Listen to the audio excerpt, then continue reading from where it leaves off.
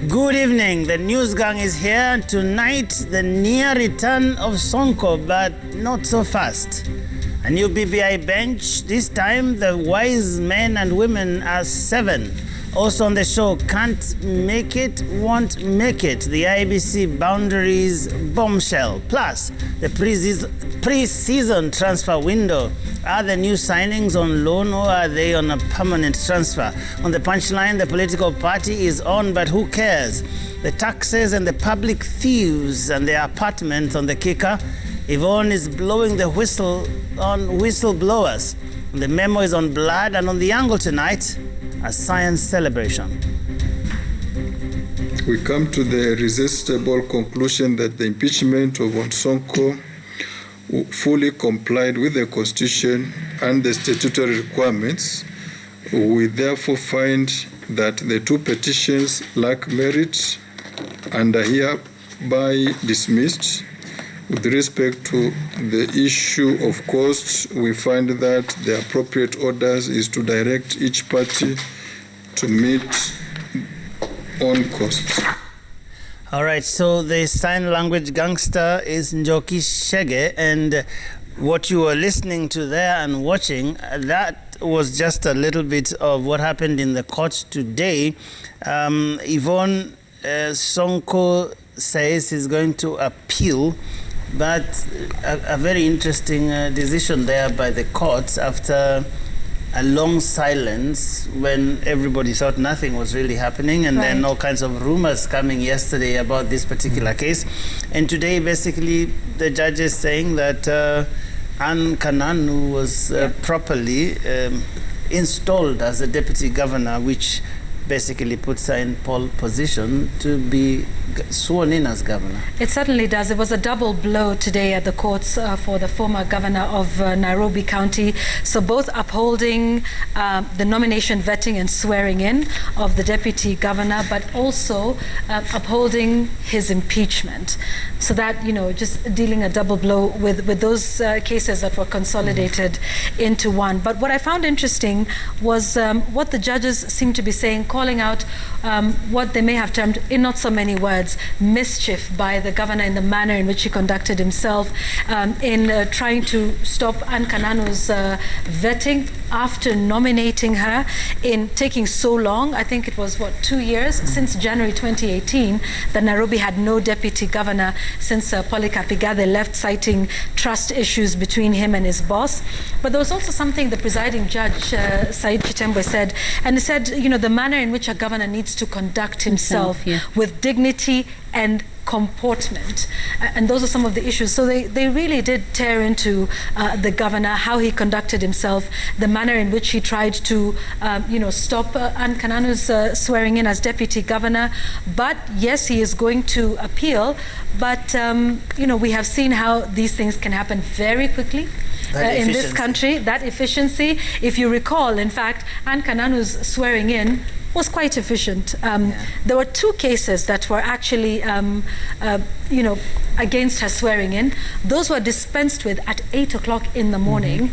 And then the County Assembly of Nairobi went on within a matter of hours to, vet her. About 2 or 1 to 2 hours to vet her. And then, the swearing in happened really quickly. So we've seen how fast things can happen in this country. So could we see her being now sworn in as governor and then, rendering Sonko's appeal out of time, overtaken by events, is what we'll hope to see. Superfluous, they call it. But Linus, I noticed something interesting, that this wasn't like a really one of my friends used to call them deep jurisprudential unveiling. There was nothing like that. I mean, it was just basic logic. There's no way that you take the MCAs to Mombasa and they're the same ones who are supposed to be voting here, and then you complain you were not given a chance. So it was really just very small little things that anybody, who is not a lawyer, could just see. So they essentially appeared to have seen through a lot of things that they saw as mischief, really, as Yvonne was saying, by the governor. You're right. There isn't sound jurisprudence that came out of this ruling. It was more of a housekeeping affair. Basically, an arbitration of a case of sandpit bullies, basically. Nothing that will inform the law going forward. And what for me really comes out is judges may have decided to basically follow the easier route. Because if these Nairobi affairs were really subjected to thorough analysis, there are absurdities all over the place, including, for me, the question whether indeed Article 182 was followed to the letter in terms of Kananu's rise to the office of governor. We are told all the time that the law doesn't apply retroactively. Yeah. I mean, even the way you read the Constitution and the way it's written, it's supposed to be followed that way. If a vacancy occurs, as per 182.2, then it triggers that the deputy governor shall assume office. But then Nairobi, strictly speaking, did not have a deputy governor at the time of Sonko's impeachment. There was no deputy governor sitting in any office in Nairobi. What happened was somehow there was this joint headhunting for whatever papers there were out there. And one was found dated 6th of January 2020, where Sonko had proposed the name of Kananu to the county assembly.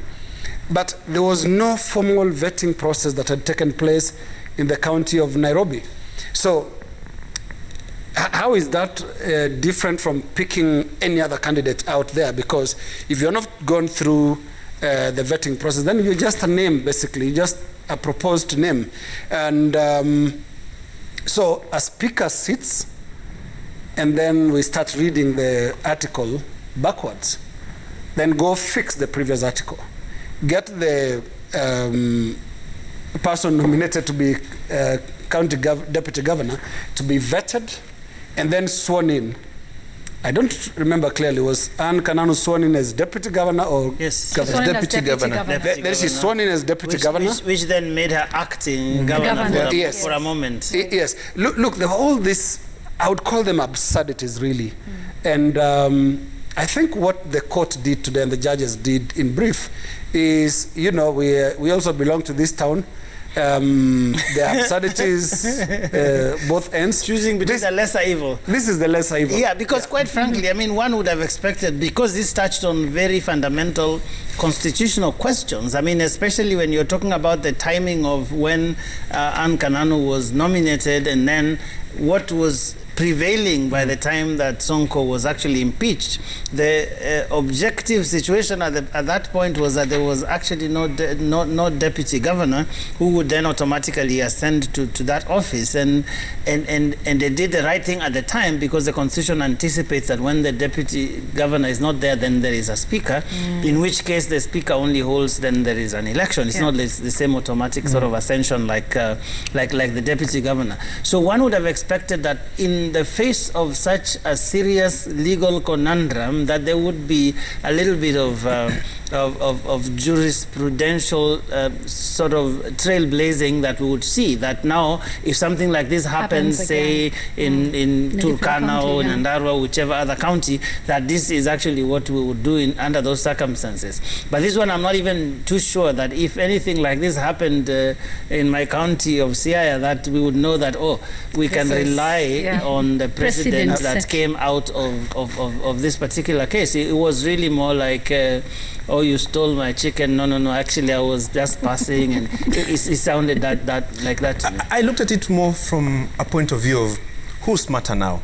Why? Because here is Sonko, who, with all the mischief, and I mean, what he was doing was obvious. Failing to nominate a deputy for all that long was to avoid one thing, a situation where he would be impeached and the deputy would take over. Yeah. So the very guillotine he was trying to run away from is the very guillotine that he fell on his own sword, basically. So basically he fell on his own sword.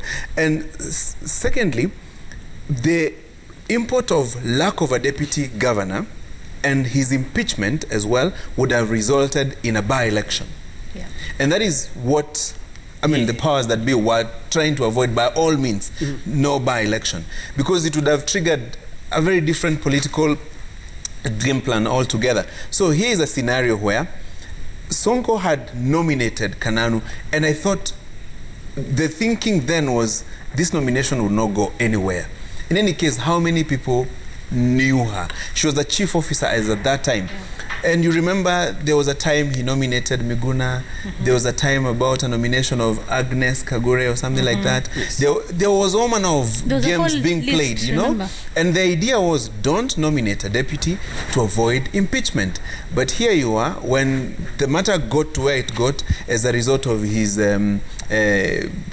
arguments with the national government over establishment of NMS, it got to a point where I think they had realized that there was a secret card. He had nominated somebody that probably he didn't put too much thought into, and that card was fished out and used. So now don't be surprised if any time from tomorrow Anne Kananu is sworn in as the governor of Nairobi, and she ends up also at the same time nominating somebody to be deputy. And that nomination fast-tracked by the county assembly, such that there is no vacuum in that position, as it were. And don't even be surprised if he goes to the Court of Appeal. The matter will probably drag on, go to the Supreme Court, drag on. By that time, we will be heading to a general election. So even if he was to be reinstated, it will be too little, too late. And then secondly, what I found the judges telling the governor is that his mischief was also his downfall. You remember ferrying 57 or thereabout MCAs to Kwale? And the game that was played there was take away the MCAs, deny the House the requisite quorum. An old trick in the book. But unfortunately, I think he had forgotten that the standing orders in the county assembly had been changed to facilitate or to allow for a virtual sitting. So these guys that you took to Kwale physically ended up voting virtually. And of course it comes. But it also acted against his own case, where he was saying that he was not furnished with the evidence and was not given a chance to defend himself and that sort of thing. And so he was being told, one, of course, first, that the fact that he sent a lawyer there with bundles of things that probably looked like evidence meant that he knew there was a certain case he was to answer. But more interestingly, he was being told that, hey, you took all these people out there with the sole intention of defeating the whole voting process in the county assembly, and therefore you cannot then claim now that the numbers were not sufficient and the people are not allowed to vote, yet you are actually the same person who had shipped, or is it ferried? Some of when you talk about that, I remember some of the wordings that the judges used today about the mischief. And they talked about that his conduct warranted his removal from office. That was what was said by Justice Chitembwe, Wilfreda Okwanya, and Weldon Korir, who actually ruled unanimously. And they say they did not find any external hand in the impeachment of Sonko, as he had claimed. But then now they say that they did not see his conduct to having met the highest standard expected of a governor. In fact, they faulted him for alleging that he was intoxicated when he signed the deed of transfer, because they said the deed of transfer is supposed to be such an important document that it cannot have been seen to have been dealt in circumstances where he was not sure of. So they threw that out completely. And then they're saying he violated the trust that had been bestowed upon him by the office which he held of governor. But then now, when I look at that and look at what the promises he made to the people, I think when he was sworn in 2017, and he said he was going to fix the city, he was going to give Nairobians what they wanted. In fact, I'm trying to look for the exact wording. He promised to guarantee efficient and timely services for all residents. That was on 21st of August 2017. But what did we see after that? There were sackings, resignings of some of the city officials who were supposed to work with him. There were complaints about how the city was. I keep remembering the Sonko that we saw after he became a member of parliament, after winning a by-election, then becoming a senator soon after that, then winning the governorship in 2017, I think with the third highest votes cast in the country after the president and Raila Odinga at the time. I think he had over 800,000 people who voted for him, expecting him to do so much more. He even had the president's ear. Remember what happened? Was it in Balozi when there was demolition of buildings, and he called the president on the speaker and put him on speaker and said, Rais wanavunja hapa. With nani? Akasema Ministry of Agriculture. Immediately it was stopped until whatever matter was there was heard. So that was his climb to grace. And then his fall was also spectacular. after everything that happened. That very phone played a key role. And then now he has all these cases. He has a 357 million shillings case. The other day I was listening to the EACC saying he was among 3 governors who had amassed almost 11 billion shillings in ways that cannot be explained. And in fact, it was him, his predecessor, and the former Kiambu governor, and the governor of Samburu, Moses Leon Kulal. So he has all these things that are following him, other than now this impeachment case that he seems to have now lost. So Sonko, masaibu yake ni mengi. Masaibu ni mengi. I think we need to leave it there, because after all the courts are not really done with this matter, so how can we be done with it? So I think we can move on to something that is just as interesting, if not more. Wafula Chebukati speaking not too long ago about boundaries. I think we have that soundbite. So are you trying to tell Kenyans that there's no way we can have new constituencies in place before we conduct August 2022 elections? Where we have reached, Mr. Chairman, even if we are to calculate and say, for example, Mr. Chairman, we are to do boundaries delimitation, how long will it take? And whether within 1 year we can be able to complete the same and use the report for the purpose of the general election. I don't see it feasible that we'll be able to do boundaries now and complete it and use the same in the general election. Kasarani, I was given an example, Kasarani at 398,000, the second most popular constituency, which is Ruiru at 371, Vembakasi East at 363, etc. Like 5 of them above, 7 above 250. Chair, what we're telling these people is that before 2027, they have no hope for equitable representation. All we are saying as a commission is this, that should the law change, then we shall try as much as possible and comply with the law. Now, that is as far as that matter is concerned. And I think I would not want to tell the country that we shall do this or we shall manage this within the limited time. But we are a creature of the law. Let's wait and cross the bridge when we get there. A very interesting session there with the Senate. I think Hassan Marjan, the acting CEO, said, I think, what it is. Then Wafula Chebukati, the chairman, must have realized the political import of this. So he kind of tried to walk back a little bit on that, saying, well, we can't quite say, we will try our best if the law is changed and all of that.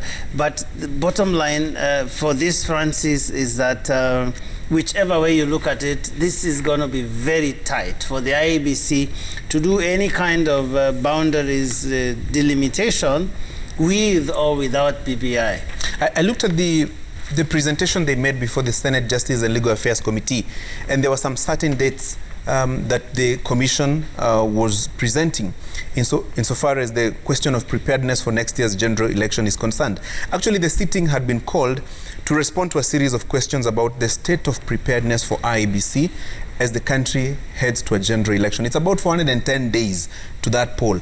And so they were being asked, what is your level of preparedness? And you remember a week ago, the Commission launched a strategic plan up to 2024. And the Commission was saying that the last date of conducting the boundaries delimitation is 2024. Oh, yeah. And the Commission saying, looking at the timings that we have now, it would be almost impossible to conduct the boundaries delimitation. And remember, at the heart of the BBI process is the question of equitable representation and equitable distribution of resources. And that question of equitable representation has been one of the selling points. Remember the 1 man, 1 vote, 1 shilling mantra in the Mount Kenya region and other areas? And the creation of the 70 new constituencies as proposed by the Constitution Amendment Bill in the schedule was such that there was also a proposal to suspend Article 89.4 of the Constitution, such that if BBI was to pass, then it would require IEBC to distribute these new 70 constituencies before the country heads to the general election. Then it would also mean that there would be questions that would be raised if the constituencies were not ready by the time the country goes to an election. And that being the case, and the questions that we had people raise, what was the criteria used to distribute the 70 constituencies to 28 counties as opposed to the 47 counties, some counties claiming they were left out. There were mathematics that were given there in terms of what is the requisite size of a constituency. 133,000 people. They now increased it now. Yeah, plus or minus. For urban and, for urban and rural, areas, constituencies. So if you were to proceed to establish the 70 new constituencies, what will it require? First, it will require that the Court of Appeal dispenses with the BBI appeals, the consolidated appeals. Most certainly, whichever way it goes, somebody will go to the Supreme Court. If you look at the timings, from 29th of June to about 2nd of July. Yeah. Give it 1 month, 1.5 months for the 7 judges to prepare a judgment. That takes you to about August, mid-August, let's say end of August. Right. Then if somebody goes to the Supreme Court, you're talking about September and probably October. So the earliest you can be done with this is maybe end of October or November at the earliest. IEBC has 90 days within which to conduct a referendum. They can say, give us this period to prepare. So let's say we have a referendum by June, by February, March next year. Yeah. What period do you have to create the new constituencies? And remember, boundaries delimitation is a very emotive issue. There's some people, let's say in Kiambu County, which is supposed to get about 6 constituencies, Nairobi, which is supposed to get about 12 constituencies. There's some people who will raise questions, why this constituency going to this area as opposed to this area? And those people can easily go to the court. So it presents a challenge. Actually, I would think the biggest challenge for BBI at this point are 2 challenges. 1, time. 2, COVID-19. Wow, interesting. Linus, you are flipping through. I'm flipping through the Constitution because I think the Constitution would be a big focal point in the upcoming court case where BBI now moves to the Court of Appeal, and the bench was named today. Let me start with the bench and say, obviously, people will be looking at this bench and saying, how will it decide? And you'll see analysis of people talking of pro and anti, system and anti-system. That is how these judges will be profiled way before they even start the court case. And it's a Kenyan context, and this profiling sometimes comes with or without information about those judges. And so I feel it for them, the 7 of them. What tonight Kenyans are doing is they look at them, they say, Justice Musinga, how would he rule? Justice Okwengu, where would you head? Justice Kiage. You know, the kind of profiling that we know goes on in this country. That's number 1. Number 2 is the weight of expectation. And no one, other than the former Chief Justice Mutunga himself, raised the level of expectations about the Court of Appeal when he actually hit very hard at the Court of Appeal and said that Court of Appeal has not been a very good defender of the Constitution. And so this will be a test case.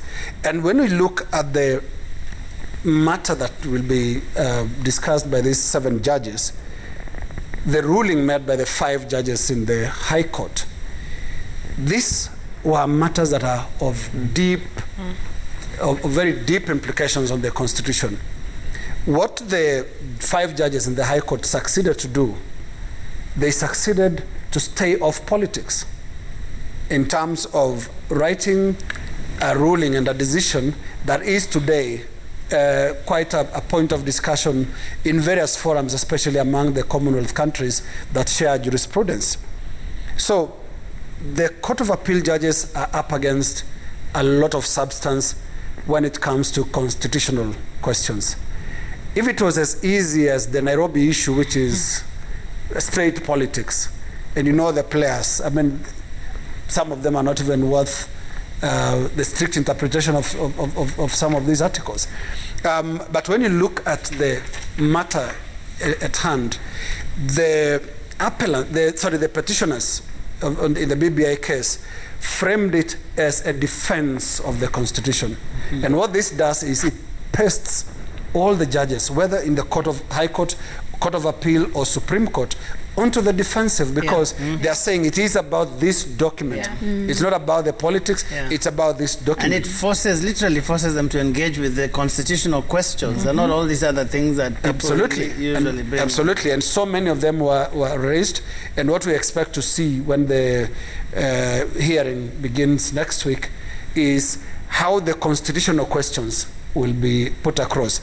One last point on just the approach by the pro-BBI proponents.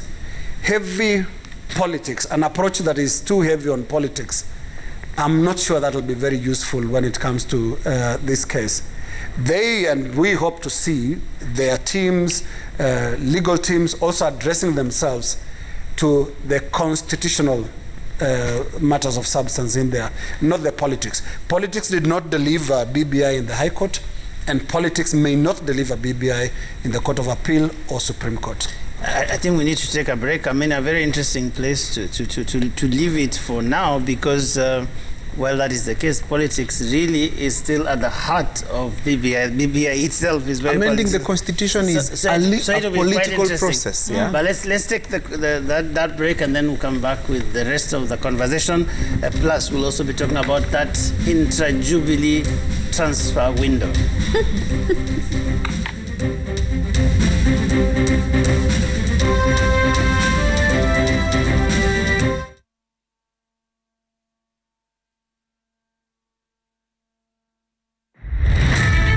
Woman you fell in love with. Two strangers in love. Or are they? I love you. Is that why you insist on destroying me? And a family with a lie to protect at all cost. They threatened to kill my entire family. He knows that we're planning something. I told you to stop him. Does love stand a chance? I'll take them to prison with me. Empire of Lies. Tonight's episode is already on Viusasa. Watch it now and get the story ahead of everybody else.